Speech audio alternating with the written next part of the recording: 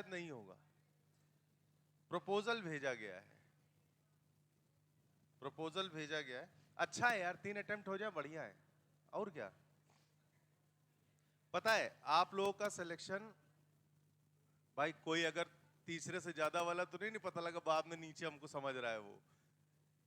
नहीं एक्चुअली ऐसा है ना कि जैसे 6 साल हो गए, 5 साल हो गए, 4 अटेम्प्ट तक तो मान होते हैं कि हाँ 4 बार चलो दे सकते हो। बट अब एक सिलेक्शन था कि 2012 में उसने 12th किया था और नीट 2024 में वहां का देखा था मैंने। हाँ, और नीट 2024 में सेलेक्ट हुआ। ऐसे सिलेक्शन का फायदा नहीं है, हम आपको सच बताएं। डॉक्टरी की पढ़ाई में पढ़ाई करते करते 10 साल निकल जाएंगे आपके। आप सीधी बात है यार, मतलब लाइफ स्पॉइल है, इससे अच्छा तो कोई और लाइन सेलेक्ट कर लेते। ये चीजें हैं। और अगर ये नियम आ गया तो यकीन मानिए आप लोगों के लिए बड़ा फायदेमंद है। बताऊं क्यों? क्योंकि नेक्स्ट ईयर मेडिकल कॉलेज की संख्या और बढ़ रही है, सरकारी सरकारी कॉलेजेस बता रहा हूं और बढ़ेंगे। और 6 साल 7 साल वाले अगर हट जाते हैं तो आपके सिलेक्शन का जो चांस है, इस साल की बात नहीं कर रहा हूं, ये अगले साल से होगा। और मैं आपकी बात नहीं कर रहा, आपके आने वाले जो उनकी बात कर रहा हूं, तो उनके सिलेक्शन के चांसेस बढ़ जाएंगे। तो बट ऑब्वियस है कट ऑफ नीचे जाएगा, हो सकता है कोई 600 के नीचे आ जाए, कोई बड़ी बात नहीं।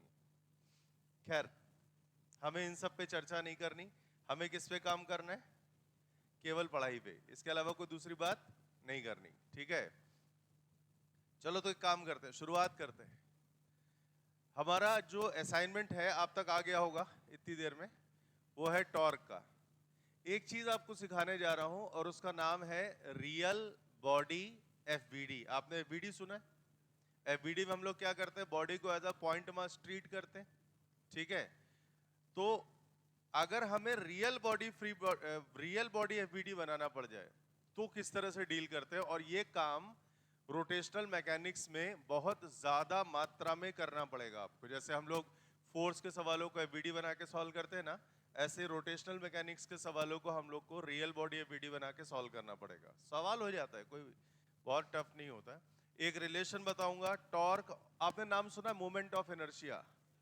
तो टॉर्क और मोमेंट ऑफ इनर्शिया के बीच में क्या रिलेशनशिप होता है वो आपको अभी दे देंगे। छोटी छोटी बातें आज कवर कर लेंगे, तो कल से पूरे आप रिदम में आ जाओगे, ठीक। तो सबसे पहले एक रिलेशन आपको बताने जा रहा हूं, हेडिंग डालिएगा, रिलेशन बिटवीन टॉर्क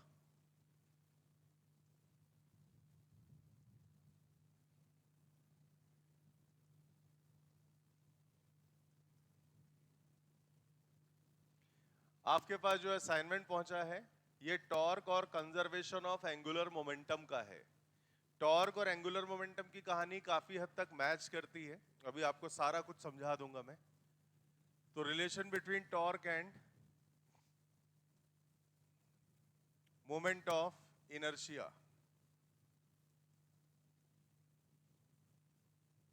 देखिए मोमेंट ऑफ इनर्शिया अभी पढ़ाया नहीं है, बट थोड़ा मोड़ा आइडिया तो सबको होता है।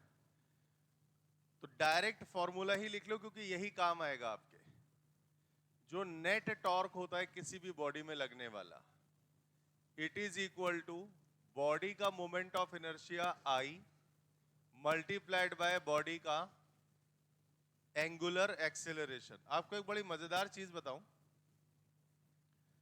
जैसे मान लीजिए हम लोग लिखते हैं कि F net is equal to mass of the system multiplied by the acceleration of the centre of mass या एक्सेलरेशन ऑफ द बॉडी, लिखते हैं कि नहीं?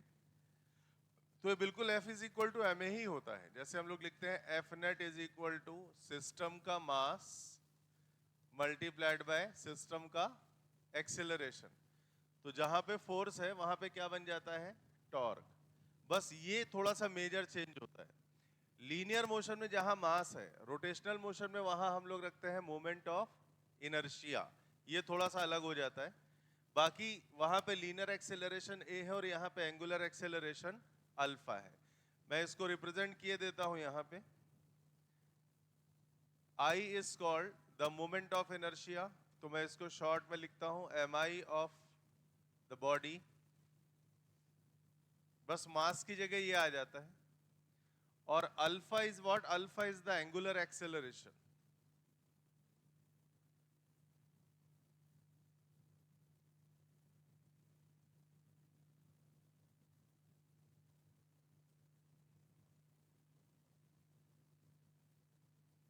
इस फॉर्मूले के बेस पे पता है आपको बहुत सारे सवाल मिल जाएंगे, बहुत सारे, ढेर सारे। हो सकता है कि नीट के एग्जाम में भी डायरेक्ट इसी सवाल के बेस पर आपके सामने क्वेश्चंस आ जाए, इसी फॉर्मूले के बेस पे। कोई बड़ी बात नहीं, बहुत इंपॉर्टेंट है, यकीन मानिए।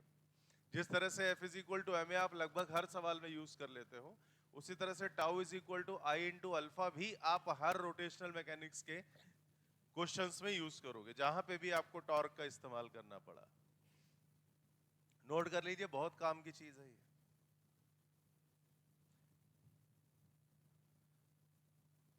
अब इसके नीचे एक रिमार्क लिखिएगा, वो रिमार्क बहुत जरूरी है, नोट करके लिखिएगा।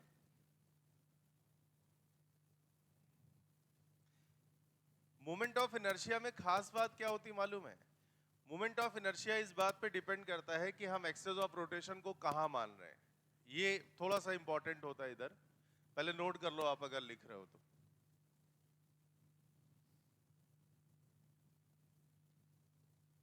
हो गया?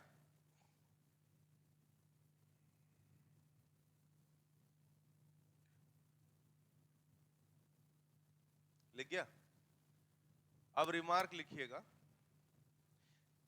पहले बात को समझिएगा फिर मैं आपको रिमार्क बोलता हूं। जैसे रजिस्टर दियो जरा अपना।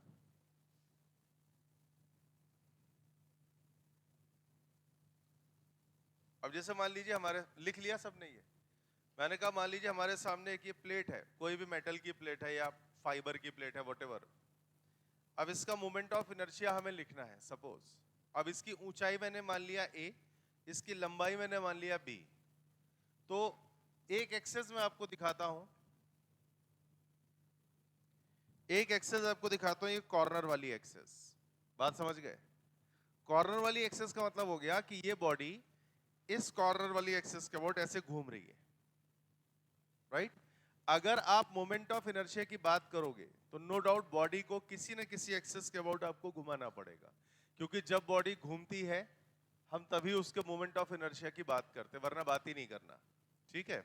तो मैंने कहा ये एक्सेस ऑफ रोटेशन है, तो ये मोमेंट ऑफ इनर्शिया इस एक्सेस के अबाउट हमें चाहिए। फॉर्मूला मुझे तो रटा है, जब पढ़ाऊंगा आपको भी याद हो जाएगा। m times a square plus B square by 3 होता है। ठीक है? वो बात की बात है। तो कहने का केवल मेरा ये तात्पर्य है कि अगर इस एक्सिस के अबाउट में बॉडी का मोमेंट ऑफ इनर्शिया निकालता हूं तो मान लो आ गया I1। इस एक्सिस के अबाउट मोमेंट ऑफ इनर्शिया निकालता हूं तो मान लो आ गया I2। आप देखो बॉडी वही है, एक्सिस बदल दी ना। पहले कॉर्नर पे था, मैंने बोला I1, इधर आ गया तो मैंने बोला I2। अगर आप एक्सिस को शिफ्ट कर दोगे तो बॉडी का मोमेंट ऑफ इनर्शिया भी शिफ्ट हो जाता है, शिफ्ट नहीं चेंज हो जाता है। अगर आप एक्सिस ऑफ रोटेशन को शिफ्ट करोगे तो बॉडी का मोमेंट ऑफ इनर्शिया भी चेंज हो जाएगा। नोट क्या करना था आपको? नोट ये करना था कि जिस एक्सेस के अबाउट आप टॉर्क निकालते हो उसी एक्सेस के अबाउट बॉडी का मोमेंट ऑफ इनर्शिया भी कैलकुलेट करना है। एक्सेस नहीं बदलनी है आपको। रिपीट, जिस एक्सेस के अबाउट आप नेट टॉर्क निकाल रहे हो उसी एक्सेस के अबाउट आपको बॉडी का मोमेंट ऑफ इनर्शिया कैलकुलेट करना। बस यही पॉइंट मेंशन कर लीजिएगा, नोट में लिखिएगा। जिस एक्सेस के अबाउट हम बॉडी का नेट टॉर्क निकालते हैं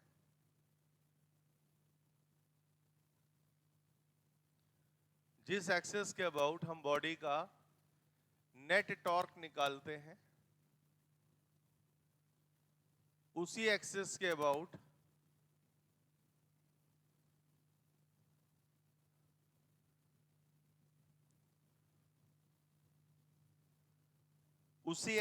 अबाउट हम बॉडी के मोमेंट ऑफ इनर्शिया को भी कैलकुलेट करेंगे।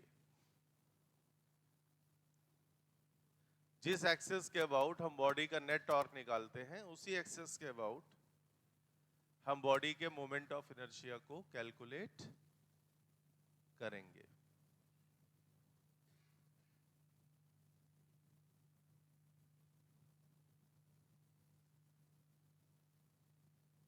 हो गया? अब टॉर्क के लिए आपको क्या फॉर्मूला दिया? ना ना ना ना ना, tau is equal to I alpha की कहानी तो अलग हो गई। टॉर्क के लिए आपको फॉर्मूला एक दिया था, याद करिएगा, vector tau is equal to vector R cross vector F. बहुत पहले पढ़ाया था, याद है? याद होना चाहिए। और ये सिंपल क्रॉस प्रोडक्ट को ही फॉलो करेगा, और क्रॉस प्रोडक्ट मैंने आपको रिवाइज भी करवा दिया था इसीलिए। तो टॉर्क तो लिखते हो आर क्रॉस एफ, और जो अल्फा होता है, या ऐसे लिख लो, A is equal to R alpha होता है ना, तो vector A is equal two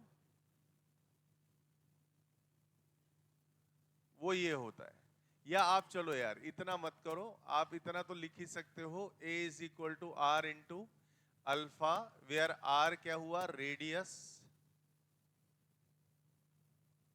of rotation. ये और लिख लो इतना, दो चीजें।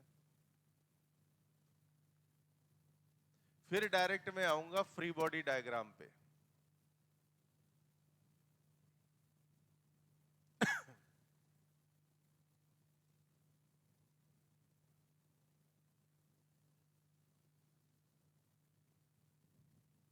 हो गया?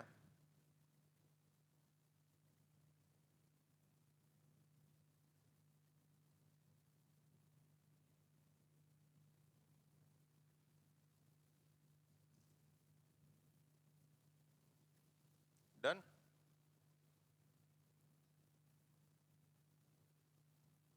अब एक हेडिंग डालिएगा, वेरी इंपॉर्टेंट करके, real body FBD. Real body FBD.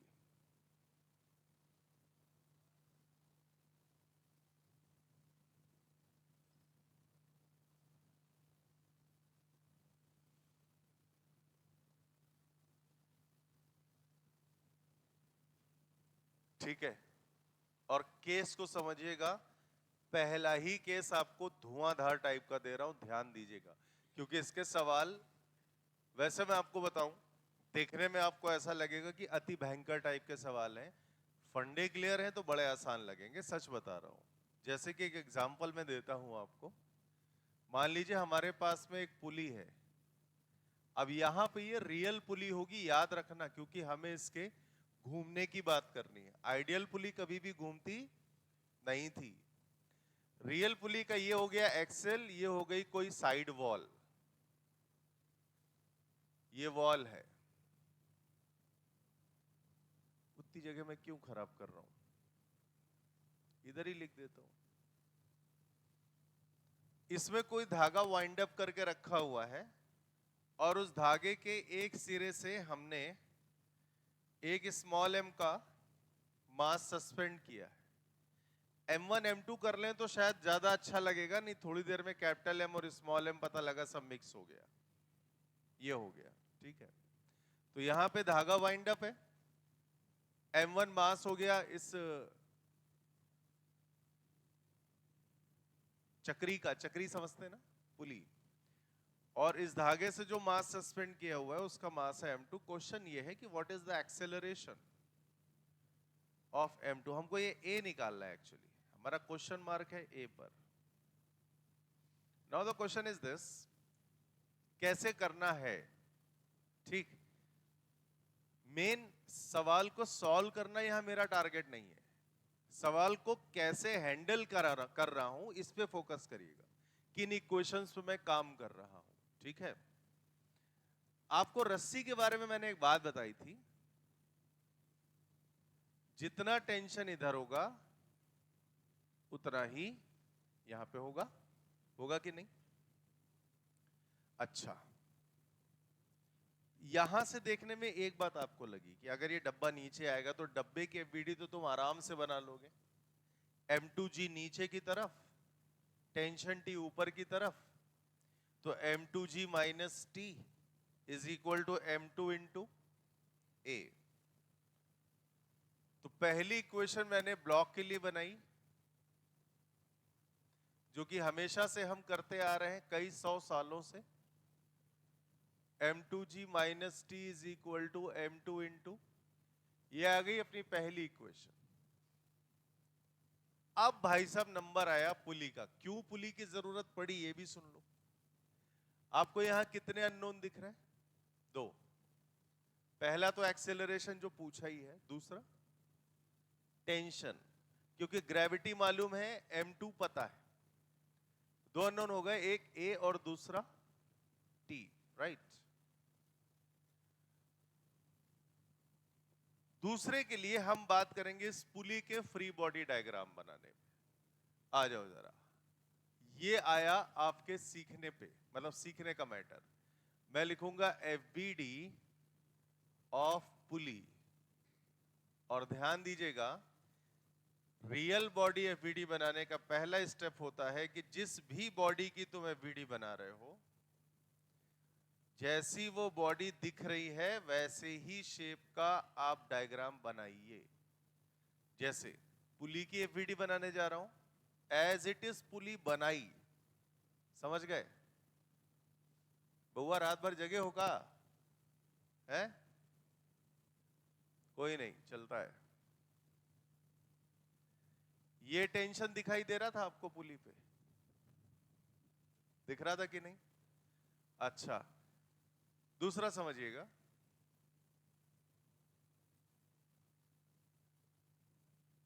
क्या ये रेडियस दिखता है पुली का? आर का रेडियस यहां की जगह यहां बना दिया, कोई फर्क नहीं पड़ेगा। क्या ये पुली का अपना mg होगा? अच्छा, और एक मजेदार बात बताता हूं। ये जो सपोर्ट दे रखा है, यहां से एक नॉर्मल रिएक्शन भी तो होगा जो इस mg और टेंशन को संभाल रहा होगा, है ना? ये रहा normal reaction. First of all, क्या ये पुली ऊपर या नीचे मूव कर रही है? नहीं। अगर ये पुली ऊपर और नीचे मूव नहीं कर रही है तो नेट ऊपर का force is equal to net नीचे वाला फोर्स बोल सकते हो या नहीं? पहली इक्वेशन तो यही आ गई। तो मैं यहां पे देखो कितना कायदे से लिख रहा हूं, आप न्यूमेरिकल लगाते समय इतना मत लिखना। फॉर लीनियर मोशन या फॉर ट्रांसलेटरी मोशन, तो फॉर लीनियर मोशन हमने लिखा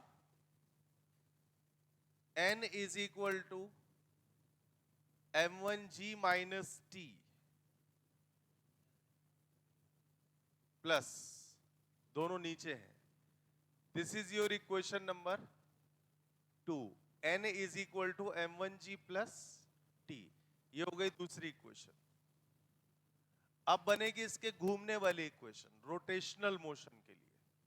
फिर मैं यहां पे लिखता हूं फॉर रोटेशनल मोशन,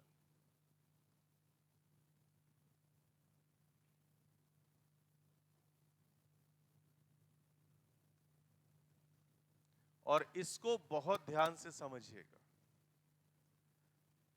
हम रोटेशनल मोशन में क्या देखेंगे, फोर्स या टॉर्क? टॉर्क। दूसरी बात, ये पुली अगर घूमेगी तो ये अपने सेंट्रल एक्सेस के अबाउट ही तो घूमेगी। तीसरी बात, ये ब्लॉक जब नीचे आएगा तो इस पुली में रोटेशनल इफेक्ट कुछ ऐसे आएगा एंटी क्लॉकवाइज। क्या कहते हो? ब्लॉक नीचे आएगा, रस्सी खुलेगी। फीलिंग लाओ इस चीज की। चरखी से कभी धागा खींचा है आपने? सद्दी मांझा जिसे बोलते हैं। तो जब आप उसको खींचते हो तो चरखी घूमती है कि नहीं? तो ऐसे ही जब इसको मैं नीचे खींचूंगा तो पुली घूमेगी। सही बोला कि नहीं? अभी समझिएगा ध्यान से। मुझे चाहिए होगा टॉर्क, वो भी किस एक्सिस के अबाउट? पुली किस एक्सिस के अबाउट घूम रही है? Central axis. सेंट्रल एक्सिस के अबाउट टॉर्क देने वाला कौन कौन से फोर्स नजर आते हैं? क्या m1g से कोई टॉर्क मिलेगा? नहीं मिलेगा, बिकॉज ये एक्सिस पे ही लग रहा है। क्या नॉर्मल से कोई टॉर्क मिलेगा? नहीं। क्यों? एक्सिस पे ही लग रहा है भाई। क्या ये टॉर्क देगा टेंशन? 100% देगा। इकलौता फोर्स है जो टॉर्क देगा। तो यहां पे लिखूंगा T इंटू आर। याद आया? F is equal to tau is equal to R F. तो F की जगह क्या है? T। F की जगह क्या है? T, और R से मल्टीप्लाई कर दिया मैंने, तो ये क्या बन गया? टॉर्क। क्लियर है बात? समझ आ रहा है पीछे? तो ये हो गया टॉर्क। रिलेशन क्या दिया था, tau is equal to I into alpha. I हमको मालूम होगा, मैं भी कोई वैल्यू नहीं रख रहा, क्योंकि टॉर्क और एंगुलर मोमेंटम का आइडिया देने के बाद ये कोई बड़ी बात नहीं, मैं कल से ही मोमेंट ऑफ इनर्शिया शुरू कर दूं, ठीक है। तो tau is equal to I alpha, ये बन गया तुम्हारा। अब सुनना मेरी बात को, अल्फा और ए, आपको एक रिलेशनशिप दिया था, याद है, A is equal to R alpha ना, तो alpha is equal to A by R, A ही तो पूछा था। इसको और भी तुम कैसे लिख सकते हो, T into R is equal to I into A by R. Clear है या नहीं? ठीक। अभी ध्यान से सुनना, इसको भी पलटाने जा रहा हूं, लेकिन कैसे, ध्यान से सुनिएगा, बहुत स्टाइल में। बीटा मास कितना है चक्री का, m1,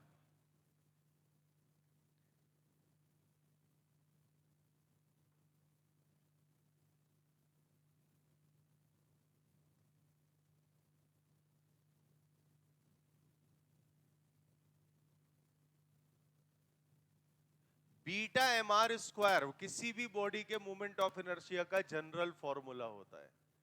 body to body beta बदलता जाता है, याद रखना।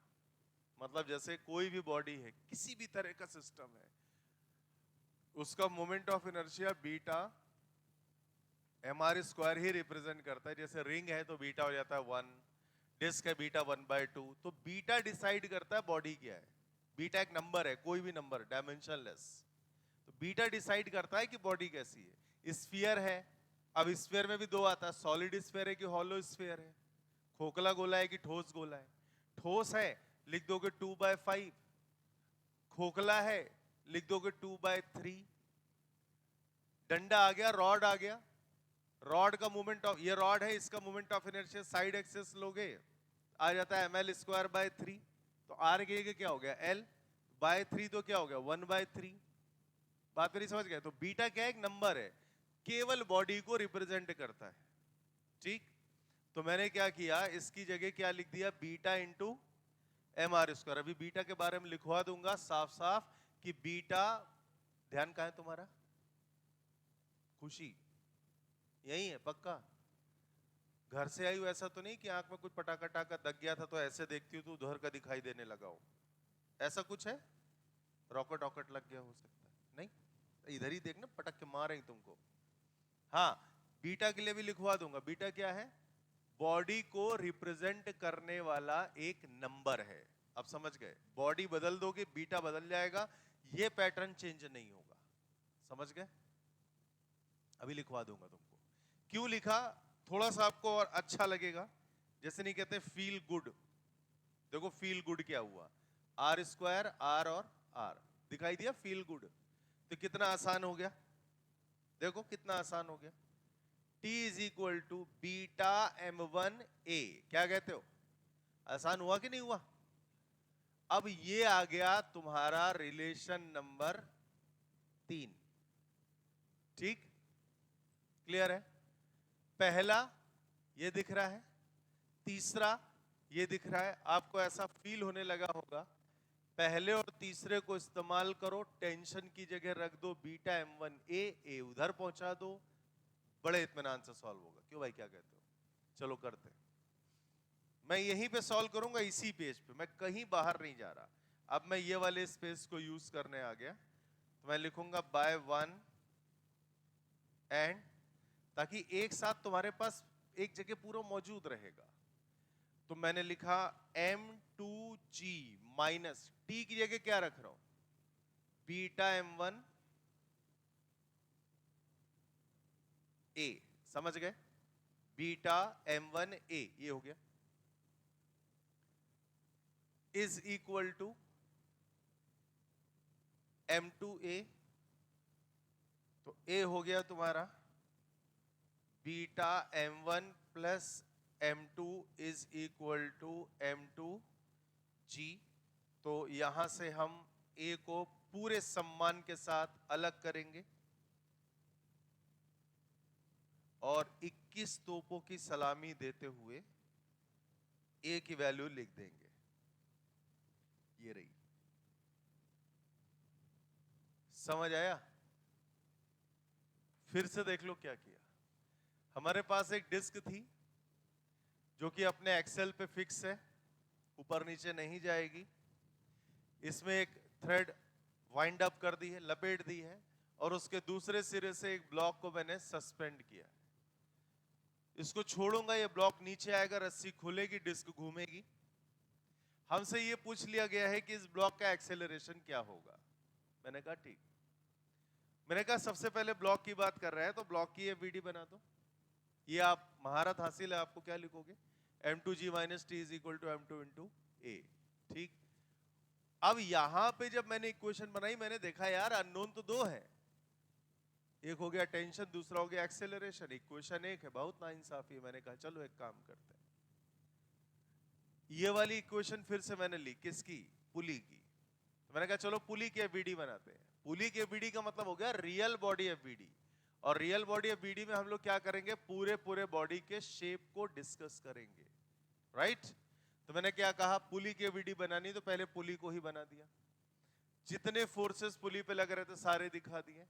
m1g डाउनवर्ड, n ऊपर की तरफ, टेंशन टी इधर साइड से।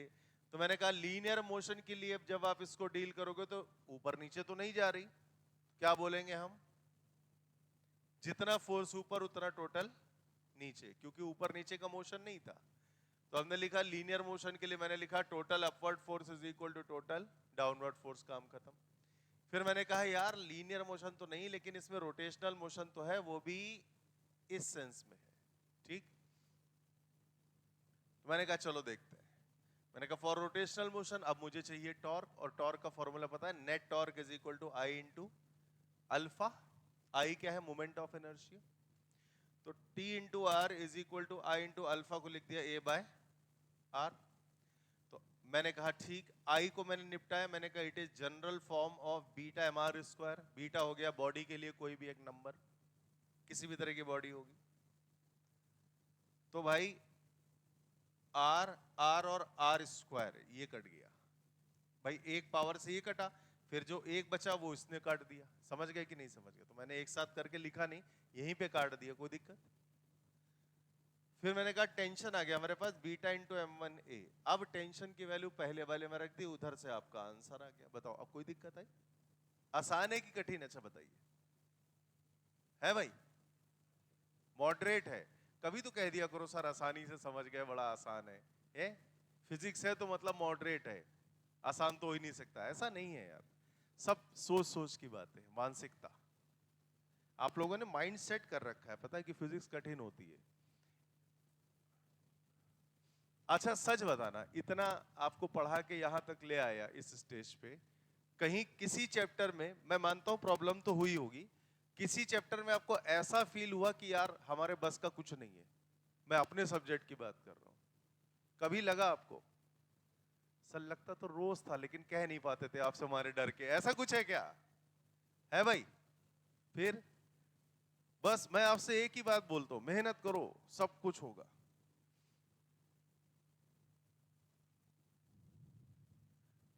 और कोई जीवित प्राणी अगर आपसे क्लास में ये कहे कि कितना भी फिजिक्स पढ़ लो 20-22 सवाल से ज्यादा नहीं कर पाओगे, इस बात को एज अ चैलेंज लेना, कहना सर करके दिखाएंगे। समझ गए कि नहीं? नहीं करोगे तो सिलेक्शन तो नहीं होगा, तय है ना। और उसलिए तो नहीं पढ़ रहे हो, उसी लिए पढ़ रहे हो क्या?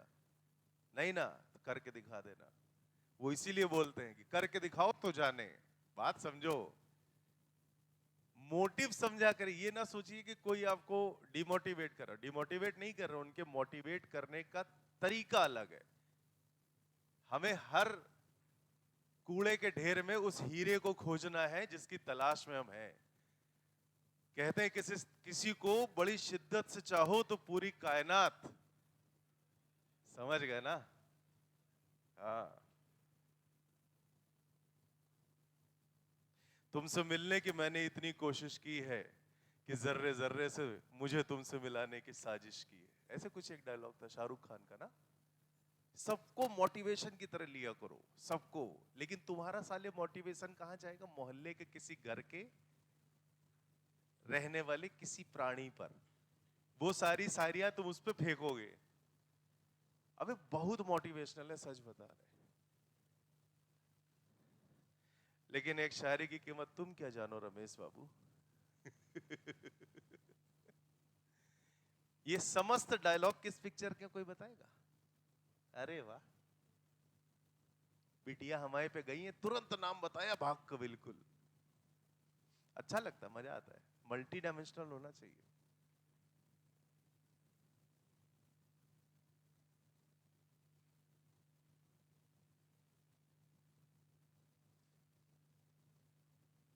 चलो एक जीके का सवाल पूछते हैं। ओम शांति ओम पिक्चर में दीपिका की पहली मूवी थी, आपको याद है? याद है कि नहीं? उस पिक्चर में दीपिका को लाने वाला कौन था? आप कहोगे सर यहां तक घुसे रहते हो पिक्चरों में। मलाइका अरोड़ा नाम सुने हो? उसी ने दीपिका को, पता है, पहली जो बात चलाई थी उसी ने दीपिका के लिए बोला था कि इसको लो, ये लड़की बहुत अच्छी है। मॉडलिंग तो करती थी वो, तो मलाइका अरोड़ा ने सबसे पहले उसको रिकमेंड किया था उस पिक्चर के लिए। खैर, तुम इधर आओ, ज्यादा पता लगा मलाइका बोल है, आंखें फटी है मलाइका के नाम पे। आ जाओ इधर, लिख गया कि नहीं? चलो एक और सवाल करके दिखाते हैं। अरे मुंह बंद कर ले, मलाइका है बे, समझो तुझे न मिलने वाली साले। मुंह ही नहीं बंद हो रहा मलाइका के नाम पे। चल इधर, हो गया? चलो वेरी गुड। कितना टाइम लगाते हो भैया, हम तो खाली खड़े हैं, हम तो बकवास करते ही रहेंगे। सर आप बोलते रहो, हम सुन रहे हैं सर, इसी का आनंद है ना? साले मुंडी काट देंगे। अरे जल्दी कर ले यार, बहुत टाइम लगाते हो तुम लोग। लिख गया? चलो एक और सवाल इसी बात पे।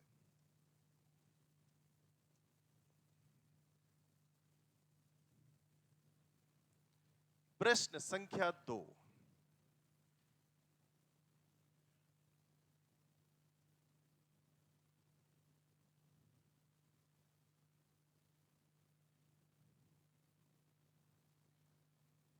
क्यों, ये सवाल से तो बहुत पुराना रिश्ता है तुम्हारा, लॉन्ग लॉन्ग एगो।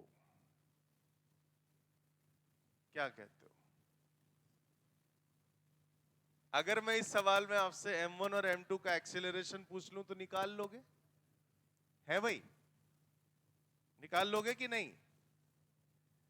लेकिन अगर मैं कुछ ऐसा दे दूं और अब यही सवाल पूछ लूं, find the acceleration of M1 and M2, और यहां पे तुमको दे दिया M1 is greater than M2, देखो भाई अभी भी क्या होगा, जो भारी मास है वो नीचे जाएगा, जो हल्का मास है वो ऊपर जाएगा, राइट? जब हमने इस केस को आइडियल पुली में डील किया था तो आपको मैंने समझाया था कि आइडियल पुली घूमेगी नहीं, तो ये रुकी हुई थी और रस्सी स्लिप कर जाती थी, याद है? इट इज अ रियल पुली, क्योंकि आपको मास दिया हुआ भाई साहब, समझ गए कि नहीं? मास दिया है और ये भारी है, नीचे आएगा तो नो डाउट ये पुली ऐसे घूमेगी। भाई साहब बहुत तगड़ा खेल हो गया इसके साथ। और अब आपसे पूछा गया है कि find the acceleration of M1 and M2। हालांकि जितना M1 का एक्सेलरेशन होगा उतना ही M2 का होगा, क्योंकि रस्सी तो खींचेगी नहीं ना, तो जितना ये नीचे जाएगा भाई उतना ये ऊपर चला जाएगा, क्या दिक्कत है? पहले फिगर बनाओ, ये कंडीशन लिखो, एक लाइन बोलूंगा क्वेश्चन की वो लिखो, फिर आगे आते हैं।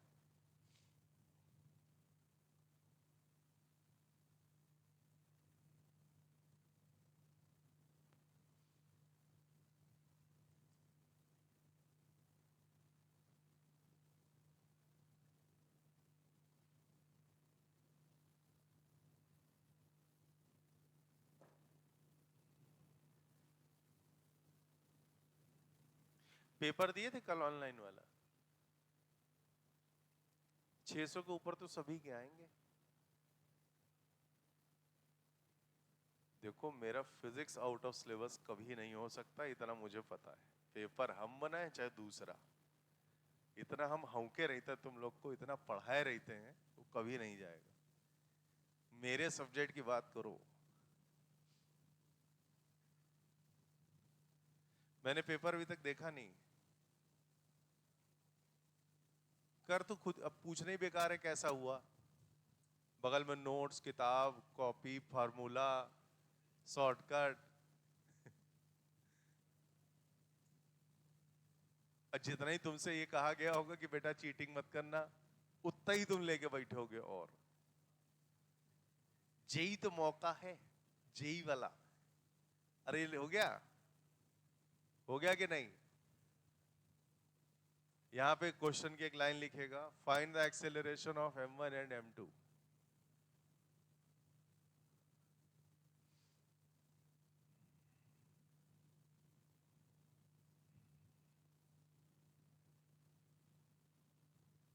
हो गया, डन। देखो भाई, आ जाओ इधर वापस से, पूरा ध्यान यहां रखना, ठीक। एक्सीलरेशन आपको निकालना है m1 और m2 का। सबसे पहला एक काम करो, लीनियर मोशन के वीडी बना डालो। वो तो बना लोगे, बनाओगे कि नहीं? बनाओ, लीनियर मोशन के वीडी बनाइए। तो मैं यहां से लिखूंगा फॉर m1, तो हम लिखेंगे m1g माइनस। अच्छा एक बात और, उस समय भी बोली थी, आज याद दिला रहा हूं। जब आइडियल पुली पढ़ा रहा था, मैंने आपसे कहा था कि यहां पे फ्रिक्शन नहीं है तो दोनों तरफ के टेंशन बराबर रखेंगे। रखते ही आए अभी तक। उसी वक्त मैंने आपसे एक बात बोली थी, मैंने कहा था जब रियल पुली में डील करेंगे तो यहां क्या होगा? फ्रिक्शन, है ना? यहां फ्रिक्शन होगा, जिस वजह से यहां का टेंशन और यहां का टेंशन अलग अलग होगा। बताया था बस। तो यहां का टेंशन हमने माना T1, तो यहां भी क्या दिया? T1। यहां का टेंशन माना T2, तो यहां भी क्या दिया? T2। समझ गए? तो यहां पे T1 लिया मैंने, तो m1g minus T1 is equal to m1 into A. This is your equation number 1। फिर मैं लिखूंगा फॉर m2, तो मैं लिखूंगा T2 minus m2g is equal to m2 into A. This is your equation number 2। दोनों की समझ आ गई? अब देखो, इसके पुली के लिए लीनियर इक्वेशन बनाने का तो कोई मतलब नहीं है, क्योंकि हम भी जानते हैं, आप भी जानते हो कि पुली ना ही ऊपर जाएगी और ना ही नीचे। मेरी बात समझ गए? पुली के लिए लीनियर इक्वेशन बनाने की जरूरत इसलिए नहीं है बिकॉज हम भी जान रहे हैं और आप भी जान रहे हो कि ये पुली ऊपर नीचे मूव नहीं करेगी। डायरेक्टली बात करते हैं रोटेशनल एफवीडी की, यानी कि रियल बॉडी एफवीडी। तो अभी मैं बात करता हूं इस पुली के लिए, मैं बोलूंगा फॉर, और जब आप क्वेश्चंस लगाओगे तो आपको इतना कुछ लिखने की जरूरत नहीं है। फॉर m1, फॉर m2, सीधे इक्वेशन चटर पटर लिखते जाओ, सॉल्व करते जाओ। समझ गए कि नहीं? लिखने की क्या जरूरत है? वो तो मैं यहां बोर्ड पे कर रहा हूं तो एक एक बात दिखानी पड़ती है। तो भाई साहब, पुली की बात हो रही है, तो देवियों और सज्जनों,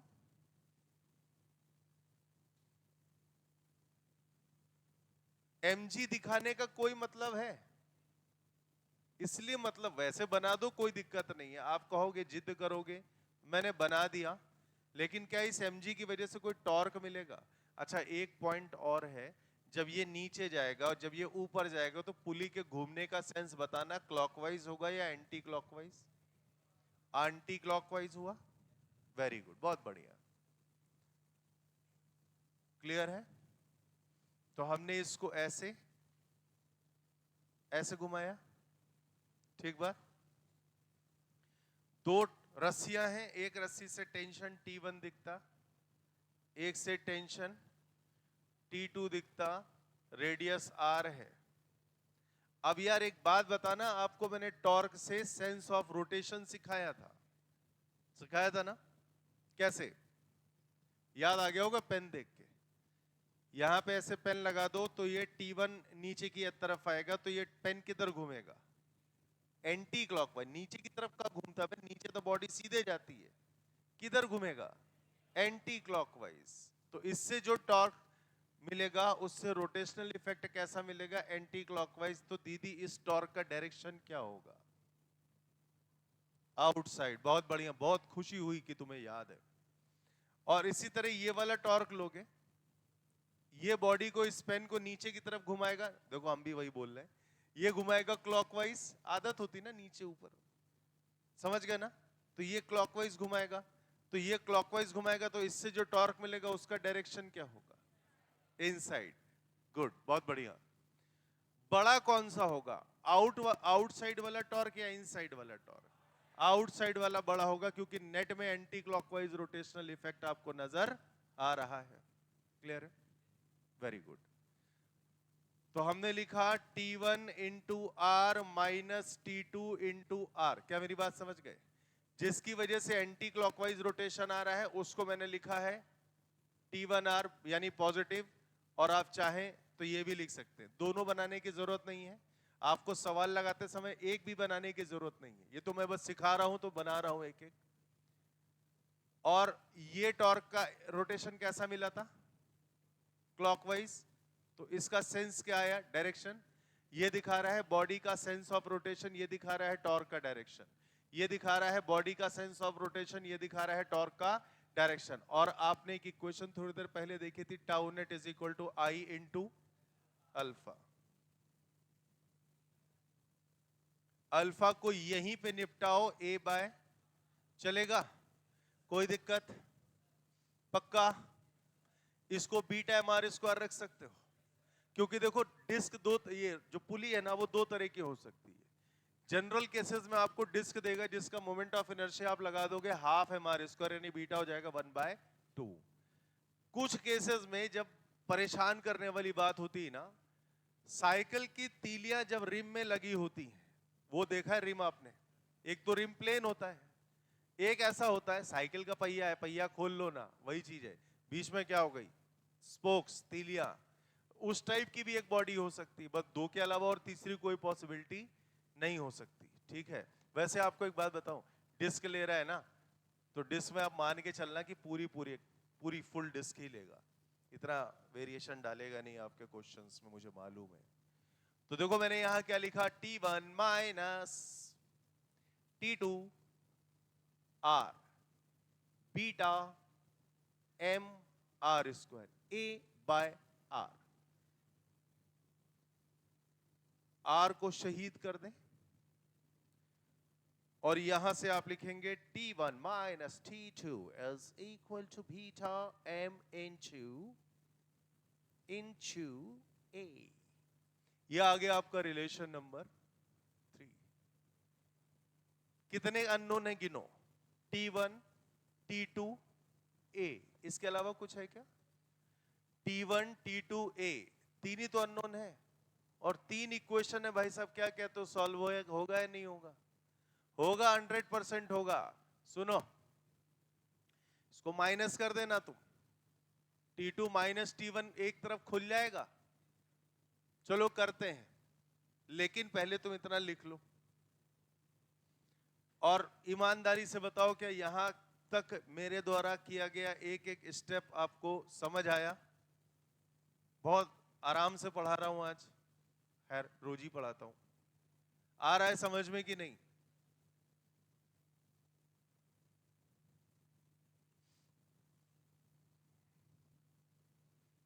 दिवाली में नए जूते खरीदे दीदी ने, है वाह, बहुत बढ़िया।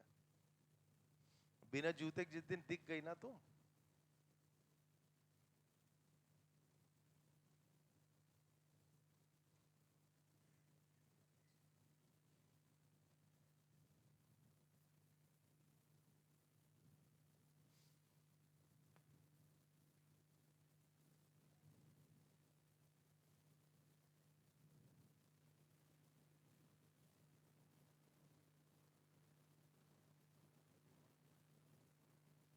कितने लोगों ने वो वाले बम छोड़ाए थे जो लहसुन टाइप के बम नहीं होते हैं फेंकने वाले, है ना? बेटा अब मत छोड़ाना, इस साल और छुड़ा लिए, अब वो वाले मत छोड़ाना, बाकी तुम्हें जो छुड़ाने हो छुड़ाना। नहीं, उसका एक्सीडेंट हुआ बहुत खतरनाक, मर गया बंदा। मरा ऐसा वैसा नहीं, चीथड़े उड़ गए उसके, ऐसे बिजली के तारों पे उसके ऐसे शरीर ऐसे टंगा हुआ था, पीसेस बाय पीसेस। और उसके शरीर का आधा हिस्सा सामने वाली घर की खिड़की की ग्रिल तोड़ता हुआ अंदर घुसा है। सीसमो का केस है, जितने लोग कानपुर में रहते हैं पढ़ा जरूर होगा, हर पेपर में आया है, और उसी से हुआ है। ये मत छुड़ाना अब कभी, बहुत रिस्क होता है। यानी ना छुटाए जाने वाले पटाखों में अनार के साथ साथ वो भी आ गया मेरी लिस्ट में।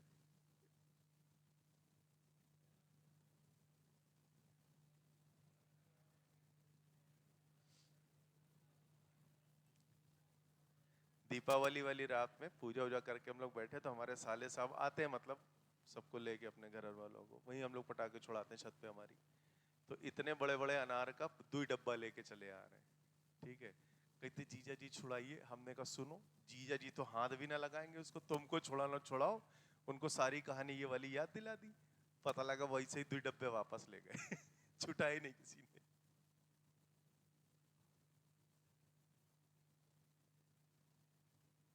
हो गया, लिख गया, डन, वेरी गुड। आगे आ जाओ, सुनो अब इसको सॉल्व करने का तरीका भी समझ लो भाई। पहली क्वेश्चन क्या है, m1g minus t1 is equal to m1a। पहली क्वेश्चन है m1g minus t1 is equal to m1a। दूसरी क्वेश्चन थी t2 minus m2g is equal to m2a। दोनों इक्वेशन को जोड़ दें कृपया, तो ये आ जाएगा t2 माइनस t1, एक ब्रैकेट में कर दिया है, plus m1 minus m2 times g is equal to a times m1 plus m2। क्या ये समझ आया? क्या ये समझ आया? अरे आया कि नहीं? t2 माइनस t1 को आप इससे रिप्लेस कर सकते हो, बीटा इंटू ma। मिल गया? कर दें? तो बाय इक्वेशन 3 टी, ध्यान देना, t1 minus t2 beta ma है, एग्जैक्टली exactly। तो t2 माइनस t1 हो जाएगा minus beta ma plus m1 minus m2 times g is equal to a times, हमसे क्या पूछा है, इसको समझ गए, इसको उधर ले जाओगे तो ये हो जाएगा a टाइम्स, ध्यान दीजिएगा, m1 plus m2 plus beta times m is equal to m1 minus m2 times g। चलेगा? a सॉल्व हो गया, तो it is g times m1 minus m2 divide by m1 plus m2 plus, केवल एक छोटा सा अंतर आया, आया कि नहीं आया? तो उसको एक रिजल्ट की तरह याद कर सकते हो, बोलो। जब पुली रुकी है तो क्या लिखते हो, m1 minus m2 upon m1 plus m2 times g। जब पुली घूम रही है, रियल पुली है, अब भी वही फॉर्मूला है, तुम ध्यान दो, m1 minus m2 divide by m1 plus m2, बस ये क्या हो जाएगा, प्लस बीटा टाइम्स m। इतना खाली जोड़ना है तुम्हें, बाकी सब कुछ वही है।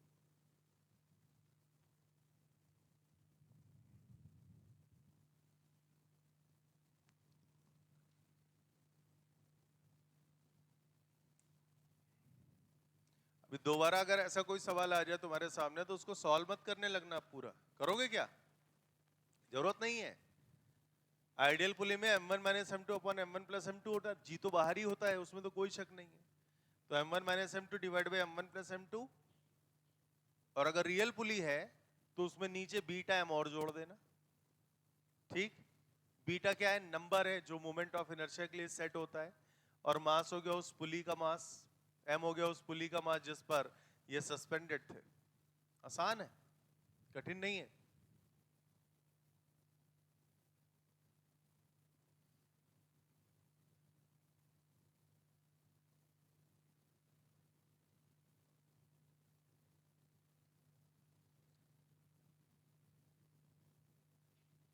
दीदी हमसे पूछ लो, हम बता देंगे क्या है।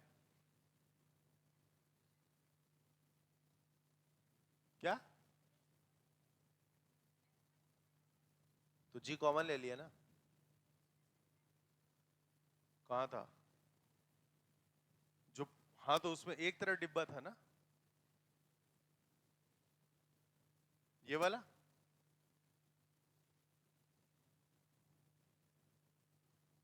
तो समस्या क्या है? शॉर्टकट ढूंढ रही हो? चलो इसका ही बताते हैं अभी। पहले इसको तुम लिख लो, पहले लिख लो। ठीक, अभी तुमको दिखाएंगे क्या है और क्या नहीं है। अभी टैली करवाता हूं, मैं आता भी उस पॉइंट पे। हो गया ये? नोट हो गया? नोट हो गया? क्या? हाँ, यहां से आगे या इसके पहले? इसके आगे? अबे कुछ नहीं किया, नीचे भेजा और क्या किया महाराज? इसको इधर लाया तो प्लस हो गया। प्लस में एक्चुअली मैंने क्या किया है, इसी को LHS बना दिया मैंने। अगर ये इधर आता तो क्या होता है? A times m1 plus m2 plus beta ma, तो प्लस बीटा ma, a मैंने कॉमन लेके एक तरफ कर दिया। अब समझ गए? और जो RHS था उसको LHS कर दिया, बिकॉज यही फाइंड करना था ना। फिर अगले स्टेप में ये पूरा इसके नीचे भेज दिया यहां पे। अब समझ गए? समझ गए? अब देखो एक रिजल्ट है पुराना वाला भी। पहले बताओ ये शॉर्टकट समझे? रिजल्ट क्या याद रखना है? रिजल्ट क्या याद रखना है? m1 minus m2 divide by m1 plus m2, ये तो कॉमन फॉर्मूला है। आइडियल पुली तो इतने में रुक जाना, रियल पुली तो नीचे क्या आ जाएगा? Plus beta m। हो गया कहानी? हो गया कहानी? पक्का ना? अब जरा पीछे वाला रिजल्ट देखो। अच्छा एक बात बताना, चलो तुम एक चीज देखो यहां से। अगर इस फिगर को, बहुत ध्यान से समझना मेरी बात, अगर इस फिगर को यहीं पे चेंज कर रहा हूं, यहां से डंडा लाया,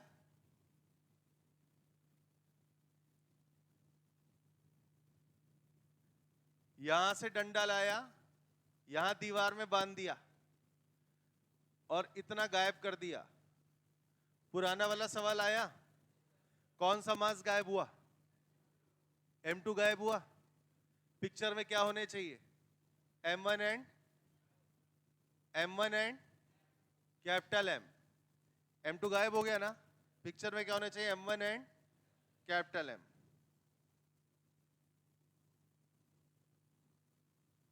ये तुम्हारा m1 है, ये तुम्हारा कैपिटल M है, टैली करो। हालांकि अभी m1 m2 तुम्हारा m2 ये वाला हो गया है। एक काम करते हैं, ये फॉर्मूला अच्छा ध्यान से देखो। पहले जो मास लटक रहा है उसकी वैल्यू है ना, और नीचे बीटा टाइम्स पुली का मास टाइम जो लटक रहा है वो मास। जिस मास को गायब किया उधर इधर तीसरा वाला नहीं है। आओ बनाते हैं फॉर्मूला, आजा देख, चल नए सिरे से बनाते हैं। अभी नहीं तो m1 m2 में कंफ्यूज हो जाओगे। एक तो तुमसे डर भी बहुत लगता ना मुझे कि कहां जरा सा चेंज मारा, पता लगा उड़ गया। आओ देखो, यात्रीगण कृपया ध्यान दे।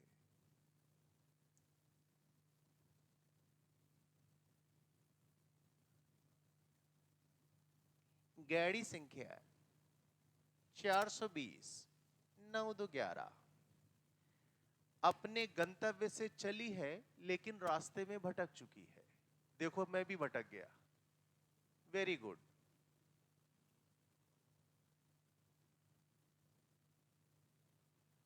और प्लेटफॉर्म नंबर 2 पे कब आएगी इसका भी कुछ पता नहीं है।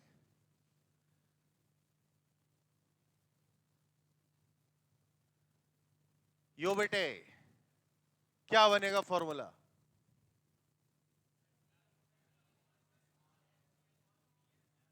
ये बनेगा। देखो ना, हमने देखा ना, तुमने ऊपर क्या लिखेंगे? M G divide by M plus. हो गया काम, हो गया काम। जिस मास को गायब किया वो मास कहीं दिख रहा क्या? बन गया फॉर्मूला। हमसे पूछा करो, हम अच्छे से बता देंगे। उसको खुद नहीं आता, वो क्या बताएगी तुमको? ठीक, चलो नोट करो। तो 2 शॉर्टकट मिले। चलो एक काम करते हैं, मजे लेते हैं इसके। शॉर्टकट, शॉर्टकट लिखने में मजा नहीं आता। फंडा पहला, भाई साहब सवाल देखते ही रिजल्ट बोलना, ठीक है? सवाल देखते ही रिजल्ट बोलना।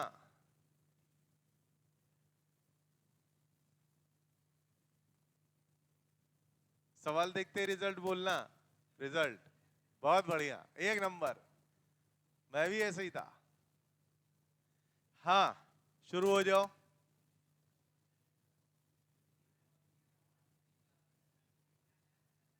कोई दिक्कत नहीं। अगला,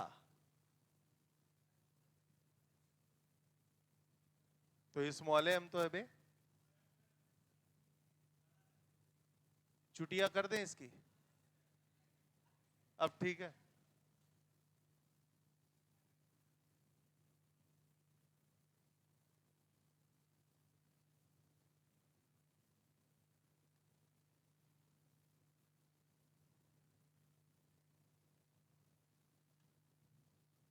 शुरू हो जाओ।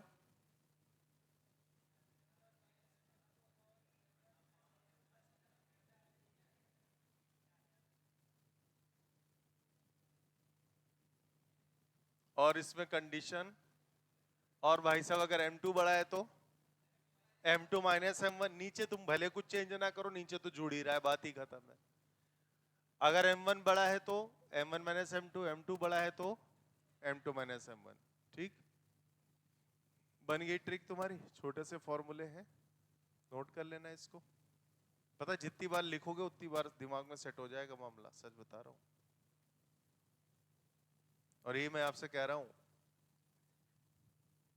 1 नवंबर से यही करने को बोला था। पढ़ी हुई चीजों को ही बार बार पढ़ो, बस कुछ कुछ नया मत करो। पढ़ी हुई चीजों को बार बार पढ़ते रहो, पढ़ते रहो दिन भर, सोचते रहो दिन भर, पढ़ते रहो दिन भर।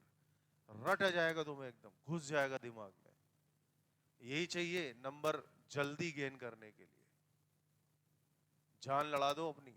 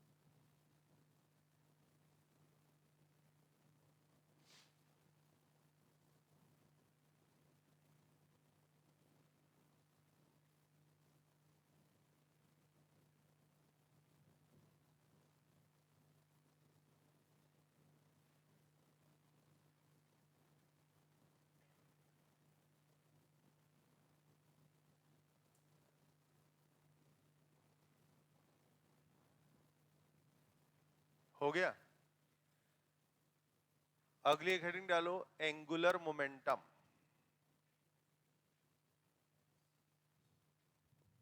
अगली हेडिंग डालो, एंगुलर मोमेंटम।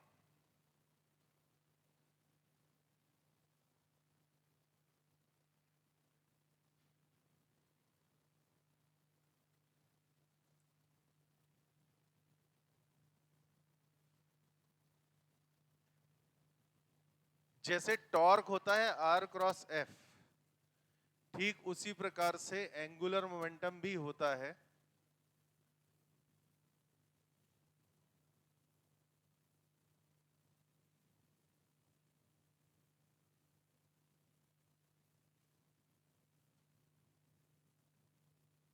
इसका सिंबल होता है L and this is R cross P, where P is linear momentum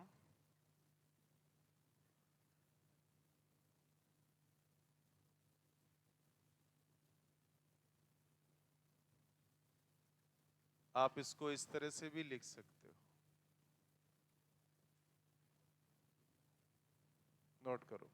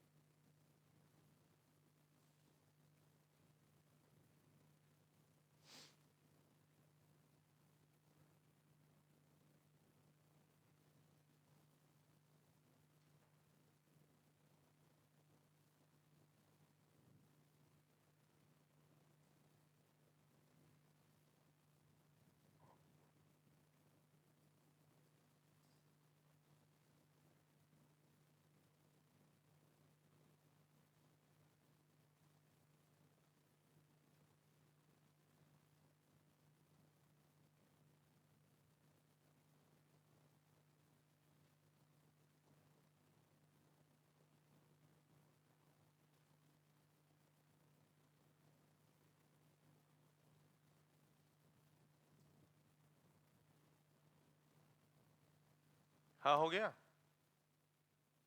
done. देखो एक छोटा सा केस है, बड़ा आसान है, ये तो नोट कर ही लिया होगा आपने। आर क्रॉस एम बी यानी आर क्रॉस पी, ये हो गया तुम्हारा एंगुलर मोमेंटम। जैसे टॉर्क वैसे ही एंगुलर मोमेंटम होता है। ठीक, जो असाइनमेंट अभी आप तक पहुंचा है फोन पे, उसमें टॉर्क और एंगुलर मोमेंटम दोनों कवर है। न्यूटन सेकंड लॉ क्या होता है ये बताओ, न्यूटन का दूसरा नियम। When there is no net, चलो आसान वाला बोलते हैं, F is equal to M A, F is equal to DP by D, याद है? Force is equal to rate of change of linear momentum, ये याद है? अच्छा ठीक है, चलो एक काम करते हैं, न्यूटन सेकंड लॉ अगर हम बात करते हैं,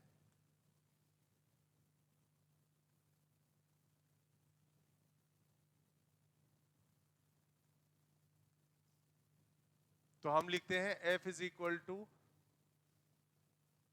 डीपी बाय डी, या आपने दोनों पैटर्न पढ़ रखे हैं, delta P by delta T. फिर मैं यहां पे लिखता हूं इफ एफ इज 0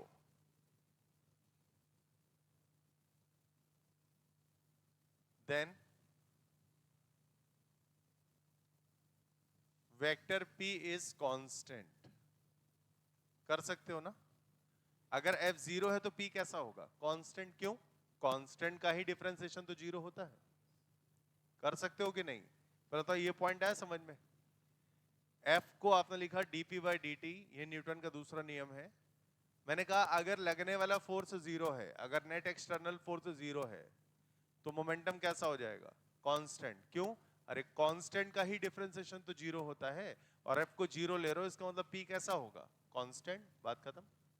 यहां पे फिर यहां मैंने बोला if vector F is 0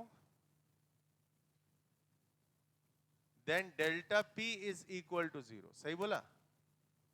delta P का मतलब हो गया तुम्हारा P final minus P initial equal to 0। इसका तात्पर्य यह है कि पी फाइनल और पी इनिशियल कैसे हो गए? बराबर हो गए ना, तभी तो 0 हो रहा है। पी फाइनल और पी इनिशियल बराबर है, तो इससे क्या सेंस निकला कि जो पी है वो कैसा है? वो कांस्टेंट हुआ।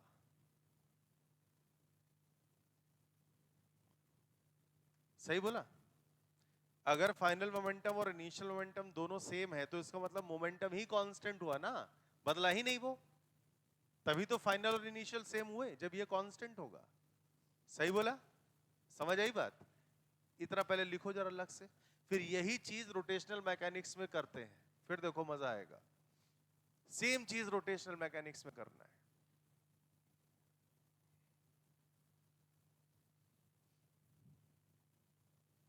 भैया हो गया? लिख गया? लिख गया? लिख लो, नहीं सीधा रास्ता आऊंगा तुम्हारे तक, ज्यादा समय नहीं लगेगा, कुचल के चला जाऊंगा।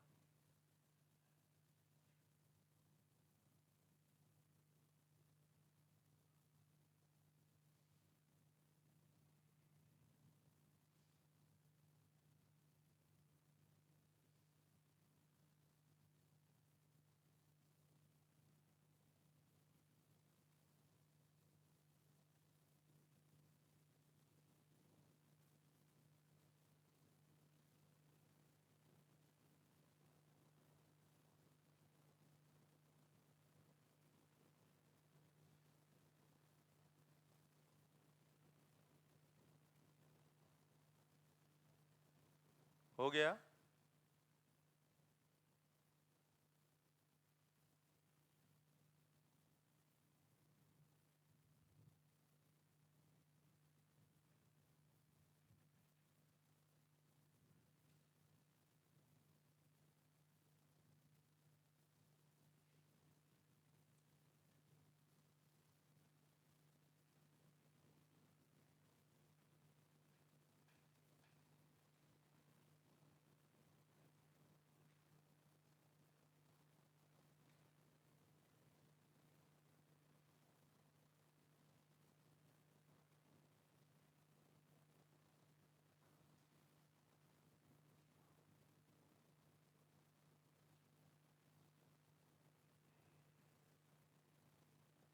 हो गया भैया? अब लिखेगा Newton's second law in rotational mechanics. Newton's second law in rotational mechanics.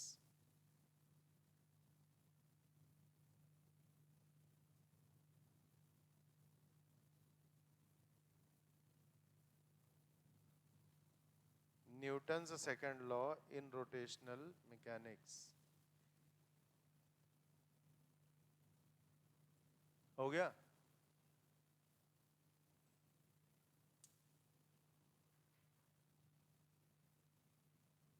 लिख लिया हेडिंग पूरी? न्यूटन्स सेकंड लॉ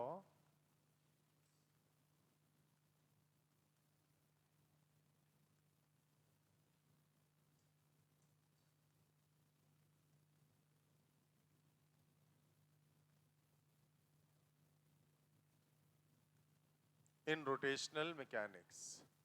देखो भैया, एक तरफ फिर भी मैं लीनियर फॉर्म लिखूंगा, दूसरी तरफ इसका ओरिजिनल वर्जन लिख दो। F is equal to D P by D T. जब आप लीनियर से एंगुलर में आते हो तो फोर्स की जगह हो जाता है क्या? टॉर्क। और जहां लीनियर मोमेंटम है वहां जहां लीनियर मोमेंटम वहां क्या आ जाएगा? Angular momentum. इतना सा चेंज है। तो अगर एक्सटर्नल टॉर्क 0 है, जैसा हमने लिखा था नेट एक्सटर्नल फोर्स जब 0 होता है, तो P सिस्टम, तो यहां भी L सिस्टम। बट ये याद रखना कि जिस एक्सेस के अबाउट आप नेट एक्सटर्नल टॉर्क ले रहे हो उसी एक्सेस के अबाउट आप एंगुलर मोमेंटम लोगे। पहले भी इस तरह की बात मैंने बोली थी, एक्सेस ऑफ रोटेशन चेंज नहीं होगा। बात समझ गए? तो tau external is equal to D by D T of L system if tau external equal to 0,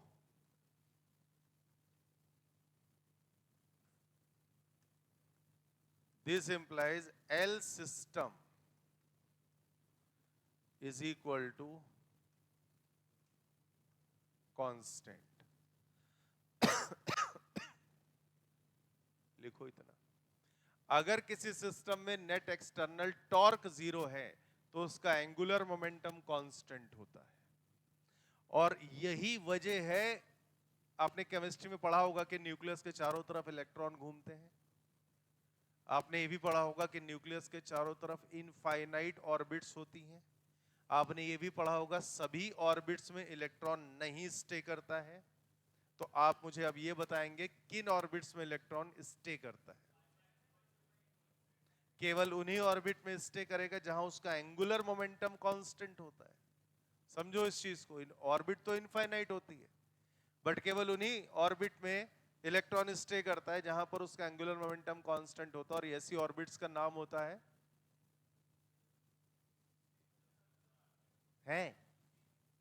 circular orbit. सारी ऑर्बिट सर्कुलर होती हैं बे, स्टेशनरी ऑर्बिट कहते हैं, राइट? और इसके पीछे की अच्छा क्या कहानी है?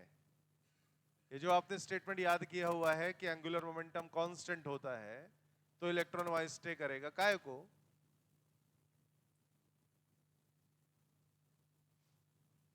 है घोर सन्नाटा, क्या हो गया? लिखना है।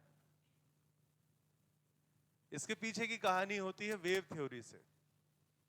एक्चुअली जिन ऑर्बिट्स के लिए एंगुलर मोमेंटम कांस्टेंट होता है वहां पे इलेक्ट्रॉन से इलेक्ट्रोमैग्नेटिक रेडिएशन लूज नहीं होता, वो एक स्टैंडिंग वेव का फॉर्म बना लेता है। बताऊंगा आपको, टेंशन ना लीजिएगा। अबे अभी समझो ना, आज ही सब समझ लो, कम से कम जो नहीं आए हैं उनको लगेगा तो, है कि नहीं? अब देखो ये कोई स्टेशनरी ऑर्बिट है, अब यहां पे कोई एक इलेक्ट्रॉन है, ये चक्कर लगाएगा। मैक्सवेल एक साइंटिस्ट थे, ये सब मॉडर्न फिजिक्स की कहानी है। मैक्सवेल एक साइंटिस्ट थे, उन्होंने कहा था कि कोई भी एक्सेलरेटरी चार्ज हमेशा इलेक्ट्रोमैग्नेटिक वेव्स को एलिमिनेट करता है, एमिट करता है। मतलब कोई भी चार्ज है, कोई भी चार्ज पार्टिकल है, अगर वो एक्सेलरेशन है उसमें, अगर वो एक्सेलरेट कर रहा है तो वो 100% इलेक्ट्रोमैग्नेटिक रेडिएशन को एमिट कर रहा होगा। ये उन्होंने एक्सपेरिमेंटली देखा था, तभी ये थ्योरी बोली। अब आप कहोगे सर इलेक्ट्रॉन एक कांस्टेंट स्पीड से घूम रहा है, ये कहां एक्सेलरेट कर रहा है? तो हमने सर्कुलर मोशन में पढ़ा था कि सर्कुलर मोशन करती हुई बॉडी अगर कांस्टेंट स्पीड से भी चल रही है तो उसमें सेंट्रीपिटल एक्सेलरेशन तो होगा ही होगा ना। तो इसका मतलब क्या ये एक एक्सेलरेटिंग चार्ज पार्टिकल है? तो क्या ये इलेक्ट्रोमैग्नेटिक रेडिएशंस को बाहर करना चाहिए?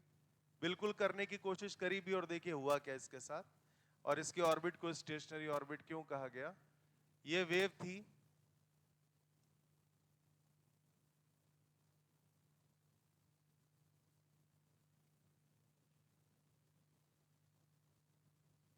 इस तरह से लूप बन जाता है। आप देखो यहां पे आके क्लोज हो गया है, तो बेसिकली ये स्टैंडिंग वेव को फॉर्म कर देता है, जिसकी वजह से इसकी एनर्जी ना बाहर नहीं निकल पाती, वो यहीं पे कांस्टेंट होकर रह जाती, फंस जाती है एनर्जी, ऐसे बोल दीजिए। स्टैंडिंग वेव जानते हैं? गिटार बजाते हो? अरे बजाते मतलब यार देखा होगा, गिटार की जो स्ट्रिंग होती है मुटकी बजा लेती है ना। हाँ, वो जिस गिटार के नाम से जो चमक तुम्हारे मुंह पे आ गई वही बता रही थी, लेके आना किसी दिन। अच्छा, जैसे आपने कॉर्ड को टच किया तो कॉर्ड ऊपर नीचे होती है, साउंड आपको सुनाई देती है, वो उस साउंड की बात नहीं कर रहा, उस तार में बनने वाली वेव की बात कर रहा हूं। उससे जो साउंड निकल रही वो तो ट्रेवल कर रही, तभी तो आप तक आई है, वो बात नहीं कर रहा। वो जो लूपिंग हो रही ना उस तार में, वो तार जो ऊपर नीचे हो रहा है वो स्टैंडिंग वेव है। समझ गए? और आपको बताऊं, स्केच पेन के ढक्कन से सीटी बजाई होगी आपने, है ना? वो जो स्केच पेन के ढक्कन के अंदर वेव बनती है वो स्टैंडिंग वेव बनती है। सीटी की जो साउंड है वो ट्रेवल कर रही है, पर जो वेव फॉर्मेशन हुआ वो स्टैंडिंग वेव। बांसुरी होती है वो स्टैंडिंग वेव चलती उसमें, बट जो उससे साउंड निकली वो ट्रेवलिंग है, वो बात अलग है। बांसुरी के अंदर जो वेव पैटर्न बना वो स्टैंडिंग है, उसमें क्या होता है एनर्जी कांस्टेंट हो जाती है लूप की, उससे कभी लूज नहीं होती एनर्जी। तो ऐसे ही होता है इस इलेक्ट्रॉन के साथ। अब देखिए मान लीजिए n वेव्स हमने यहाँ पे कवर कर दी लूप में। अब एक वेव अगर आप बनाते हो तो कुछ इस प्रकार से बनती है, और एक वेव बनाने के लिए उसकी वेवलेंथ भी आप इतनी दूरी से दिखाते हो। तो अगर मैंने ऐसे करके n स्ट्रक्चर्स बनाए हैं और एक स्ट्रक्चर के लिए हम 1 लैम्डा बोल रहे हैं, तो ये टोटल लेंथ कितनी हो गई? n lambda. तो क्या हम 2 पाई r को n इंटू लैम्डा बोल सकते हैं? डी ब्रॉगली साइंटिस्ट का नाम सुना है? डी ब्रॉगली ने अपनी एक वेवलेंथ डिजाइन करी थी, अपनी क्या मतलब उन्होंने अपना नाम दे दिया था, वो होता है डी ब्रॉगली वेवलेंथ। उसका फॉर्मूला होता है lambda is equal to h upon P. कुछ याद है इसके बारे में? तो क्या हुआ, लैम्डा को फिर h अपॉन पी रख दिया यहां पे, तो 2 pi r is equal to N H upon P, और p को हम सब जानते हैं mv रख सकते हैं, लीनियर मोमेंटम होता है ये। बस काम हो गया, m को ऊपर भेज दो, mv को ऊपर भेज दो इवन, तो mvr is equal to n h upon, इसको आप लोग रट लेते हो, सही बोल रहा कि नहीं? ये चीज है। तो अगर ये रिलेशनशिप वैलिड, अब ये क्यों वैलिड है? ये कहानी यहां से शुरू हुई है, स्टैंडिंग वेव के फॉर्मेशन से, राइट? कि जो इसकी सरकमफेरेंस है वो n टाइम्स वेवलेंथ से मैच करके, अब ये n कुछ भी हो सकता है, बेसिकली ऑर्बिट नंबर होता है। पहली ऑर्बिट जिसे आप बोलते हो n इज इक्वल टू 1, अरे 1s2 2s2 2p6 याद करते हो कि नहीं करते हो? तो 1s2 यानी n हो गया 1 तुम्हारा ना, तो उसके लिए एक वेव बनती है, 2 दो वेव बन जाएगी, 3 तीन वेव, नंबर ऑफ ऑर्बिट हो जाता है। अब समझ में आई बात? तो 2 पाई आर अगर सिंगल वेवलेंथ के बराबर है तो वो ऑर्बिट पहली होगी, 2 पाई आर अगर डबल वेवलेंथ के बराबर है तो दूसरी ऑर्बिट कहलाएगी, 2 पाई आर अगर 3 वेव के बराबर है तो तीसरी ऑर्बिट कहलाएगी। मैंने आपसे क्या बोला, एक न्यूक्लियस होता है ना, इसके चारों तरफ इनफाइनाइट ऑर्बिट होती है, इनफाइनाइट, लेकिन इसकी गिनती 1 2 3 4 नहीं बोलते हो आप पहली ऑर्बिट उसको बोलते हो जहां इलेक्ट्रॉन मिल रहा है तुमको, वो पहली ऑर्बिट जहां इलेक्ट्रॉन है उसको बोलते हो n इज इक्वल टू 1। इसके और इसके बीच में इनफाइनाइट ऑर्बिट्स होंगी, लेकिन 2 किसको बोलोगे? ये जहां इलेक्ट्रॉन दोबारा पाया गया। तो यहां 1 वेव है बेसिकली, यहां 2 वेव होंगी। अब मेरी बात समझ गए? तो ये नंबर ऑफ वेव डिसाइड करते हैं तुम्हारी ऑर्बिट के नंबर, यानी केमिस्ट्री भी कहां से निकल के आई? समझ गए कि नहीं समझ गए? खेल है भाई साहब। खैर छोड़िए, जाने दीजिए, तुम क्या जानो रमेश बाबू, तुम इधर ही आ जाओ, जलवे हैं फिजिक्स के। हाँ भाई, तो ये एक्सटर्नल के, भाई अभी तक हमने क्या बोला न्यूटन सेकंड लॉ में, कि जो एक्सटर्नल फोर्स होता है वो किसके बराबर होता है? dp बाय dt के। अगर फोर्स 0 है तो मोमेंटम बोल देते थे अपन लोग कांस्टेंट होता है। यहाँ पे आ जाओ, रोटेशनल मैकेनिक्स में हम लोग न्यूटन सेकंड लॉ बड़े आराम से लगाने वाले हैं। बोलते हैं कि अगर किसी सिस्टम में लगने वाला नेट एक्सटर्नल टॉर्क 0 है तो उस सिस्टम का एंगुलर मोमेंटम कांस्टेंट होता है, and by default angular momentum की जो वैल्यू होती है वो होती है I इंटू ओमेगा। आई से आपका परिचय थोड़ा थोड़ा मैंने करवाया है, मोमेंट ऑफ इनर्शिया होता है, ओमेगा एंगुलर स्पीड होती है। तभी आपने अपने बचपन में कहानी पढ़ी होगी कि एक रोटेटरी प्लेटफॉर्म पे अगर कोई बॉडी खड़ी हो जाए, बॉडी मतलब मैं, हाथ में डंबल ले गया, आप समझ गए क्या करने वाला हूं, और वो प्लेटफॉर्म घूम रहा है, अगर वो डंबल मैं अपने पास कर लेता हूं तो डंबल की वो रोटेशन की स्पीड बढ़ जाती है। सीधी बात है, हाथ पास करूंगा मोमेंट ऑफ इनर्शिया घटेगा तो ओमेगा बढ़ जाएगा, और इस पूरे प्रोसेस में एक्चुअली कोई एक्सटर्नल टॉर्क तो लगा नहीं बॉडी पे, समझ गए कि नहीं? तो रोटेशन अपने आप बढ़ जाते हैं। तभी आपने देखा होगा जो डाइविंग, अरे वो जो स्विम, वो नहीं होते जंपिंग करते हैं, वो डाइविंग बोर्ड के ऊपर से जो लोग जंप करते हैं, वो ऐसे जब घूमता है तो बॉडी को सिकोड़ लेता है ऐसे, नहीं? तभी तो घूम पाएगा वो। अब मेरी बात समझ गए? क्यों? बॉडी सिकोड़ी, बॉडी का मोमेंट ऑफ इनर्शिया उसने कम किया, तो क्या बढ़ गया? रोटेशन बढ़ गया ना, एंगुलर स्पीड बढ़ गई, तो इसकी वजह से फिर वो घूमना शुरू कर देता है। खैर इतना जरूर लिख लो, फिर इसके बाद कल पढ़ाएंगे इसके आगे। क्योंकि धीरे धीरे मुझे ऐसा एहसास हो रहा है कि मैं टॉपिक के अंदर घुसता चला जा रहा हूँ। वो एंट्री नहीं मारनी है अभी, वो एंट्री कल से मारूंगा। इतना लिख लीजिएगा।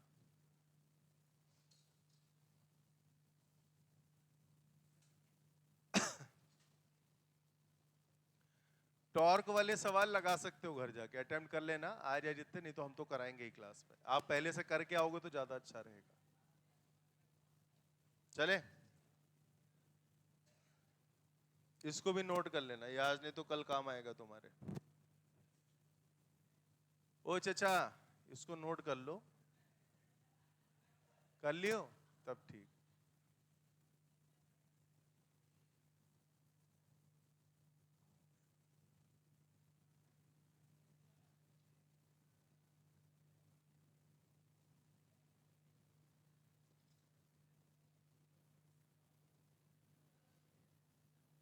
हो गया।